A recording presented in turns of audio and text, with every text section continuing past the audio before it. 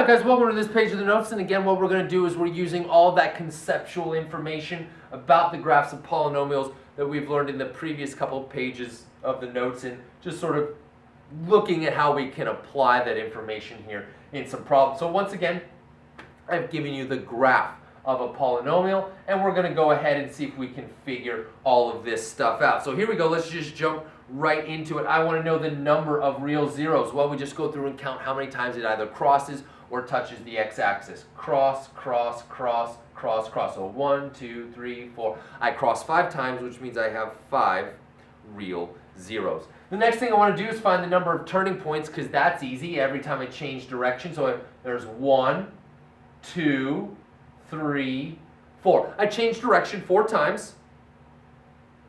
And I know that the number of turning points is 1 less than the degree.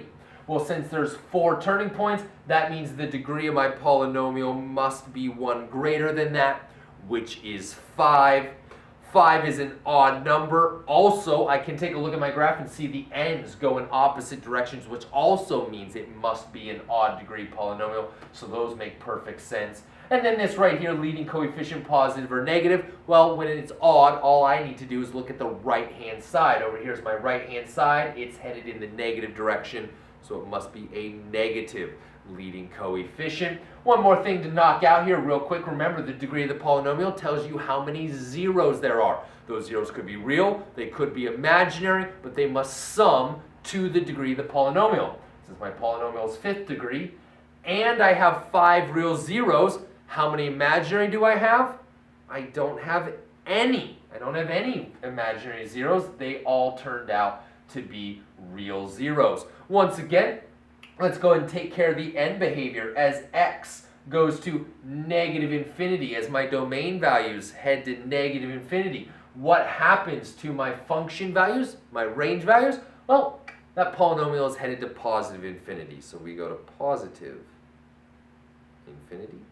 And as x heads to positive infinity, as my domain values run out there to positive infinity, what happens to my range values? Well, that function is headed to negative infinity. Got another one for you right here. Let's take a look at the graph of this guy, and let's go ahead and see what we can figure out from it. First off, we'll start with the number of real zeros. I'm looking for everywhere I cross or am tangent to the x-axis. I don't have any points of tangency, but I cross 1, 2, I cross 3 times. I can then also quickly find the number of turning points. I change direction there, and I change direction there. So that's 2 turning points.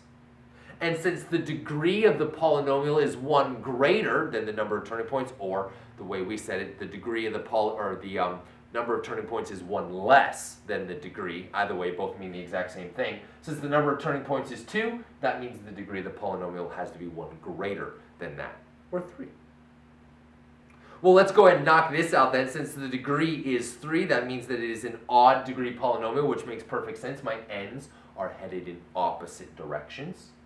Let's go ahead and find the number of imaginary zeros. Remember, the number of zeros is equal to the degree. So the number of real zeros plus the number of imaginary zeros has to be equal to the degree of the polynomial. Since I have a 3rd degree polynomial and I have 3 real zeros, I don't have any imaginary zeros. There aren't any. And then the leading coefficient, well, since it's odd degree, we take a look at the right-hand side. Whichever direction it's headed represents the sign of the leading coefficient.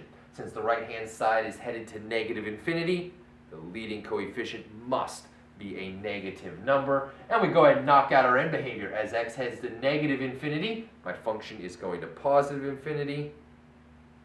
And as x heads to positive infinity, my function, my polynomial, is going to negative infinity.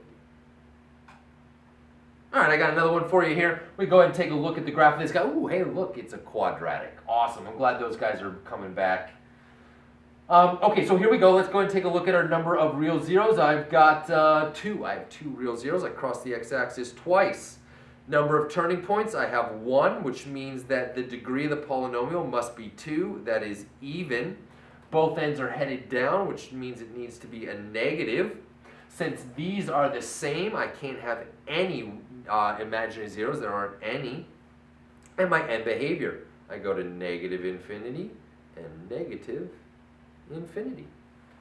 All right, guys, anyway, hopefully what that'll do is just sort of you see now how we're not really needing to do any actual algebra steps to evaluate the graphs of polynomials. All you need to do is just know some general information about the graphs of polynomials, and that'll help you deduce some information about the graph or information about the polynomial itself. And in most cases, these problems will be set up like this, or if not all of this information, you'll be asked for just little pieces of this information. Guys, thanks so much for joining me for this set of videos. I really look forward to seeing you guys next time. Bye.